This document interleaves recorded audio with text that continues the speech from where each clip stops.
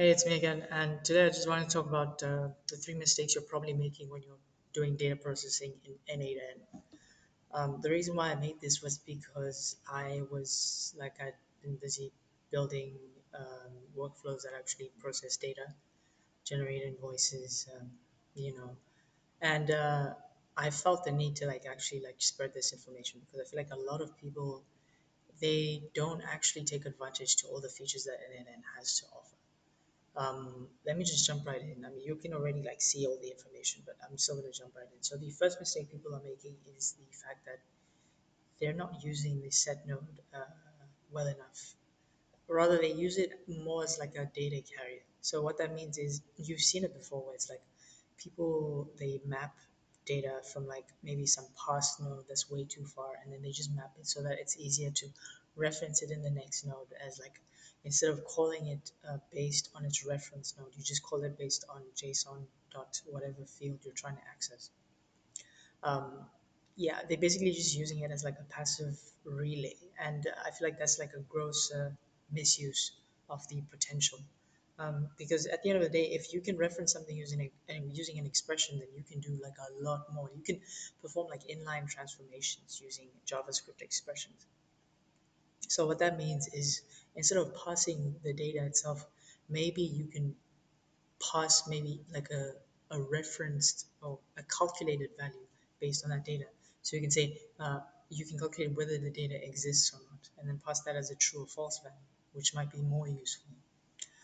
You could pass that. You could calculate some. You could if you take maybe like an array of values, you could map those, reduce those, filter those, and then you could literally map the entire sort of sequence of data that's coming in from the previous node. And you'll just have to do like input.all in your expression, but you could map those, reduce those, filter those, reshape those.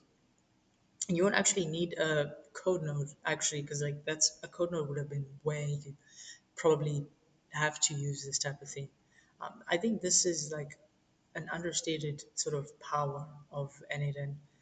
Most of the workflows you see out there online are just like people saying the exact same stuff. It's like they're talking about agents and chatbots and like all the really flashy stuff, but at the end of the day, the fundamental aspect of integrations is data processing and data mapping, right? Data comes in, data gets processed, data goes out. That's what nodes are. That's how integrations work. That's how n8n works.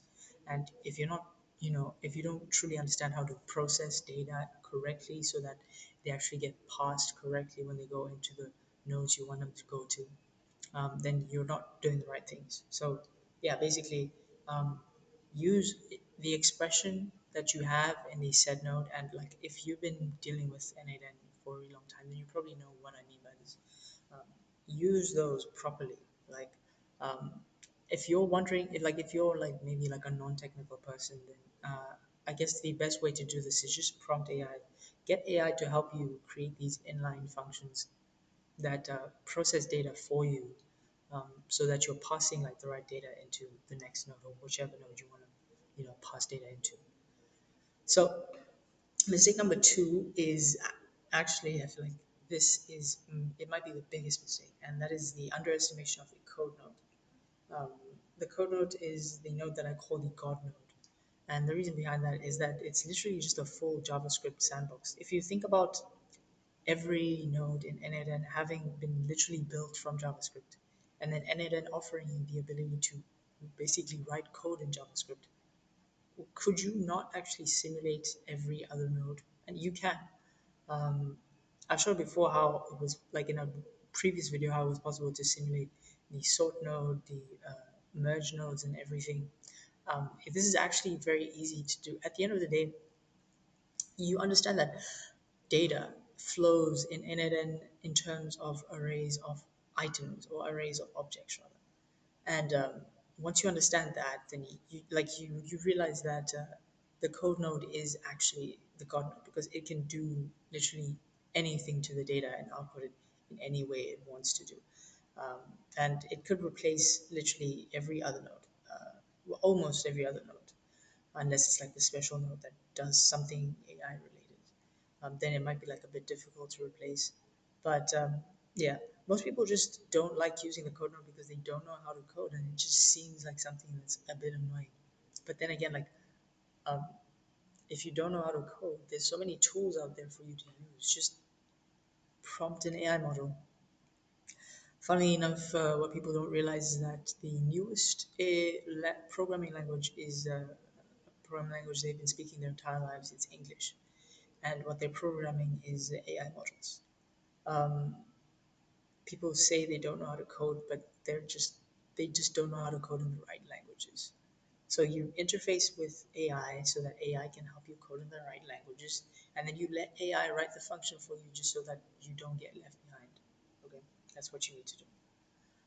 The third mistake is, I guess, it's not really a new node because like the newest node in n8n is I think it's the AI agent. It's the AI sub agent node, which I think it just got released yesterday or a few days before. But yeah, this is a node that like because previously what you had to do if you wanted to use sub agents, so if you wanted to use like vertical agents, you had to have them in terms of sub workflows that like a sub workflow that was a tool call that the main agent could use. So that would be the parent agent calling the child agent. You'd have to set up the child agent in another, workflow. But now you can actually call like an agent in the exact same sort of workflow canvas, which makes it very easy to develop and makes it very like much more intuitive. Like it's things like these that actually inform me just how quickly n8n, like just how powerful n8n is because of its speed of development. I mean, don't get me wrong. There's all these different tools like Opal and so on and so forth, which um, like Opal, since it's being developed in the Google ecosystem, it probably has better integration with Google tools. And people who use Google tools might find it more interesting to use Opal. But like when it comes to integrating with AI and like creating all these AI integrated workflows, nothing quite beats n8n, and you see it very clearly when it comes to the AI transform node. So the AI transform node is think about it basically does what I said it does. Like it's looks at the stream of data coming in, and then it looks at whatever prompt you give it. It finds a way to write that prompt in terms of code, and then transforms that data into the output that you actually or that it thinks you want. Um, Most people overlook this, right? They're either doing a ton of things with like set nodes, or they're doing a ton of things with code nodes, or they're not actually like coding at all because it's just doing like simple integrations between like these big systems like CRMs or whatever. But like the I love the AI transform node because it does it intuitively. Like you don't have to understand the sort of input like the mode of expression of the input node. Like you don't have to understand how the input looks. It understands it intuitively. It understands how data is supposed to flow in the workflow, and it can generate expressions and mappings like really well. um, it's perfect for like prototyping transformations. So hypothetically, you want to prototype a sort of transformation of data from input to output, but you want to make it better.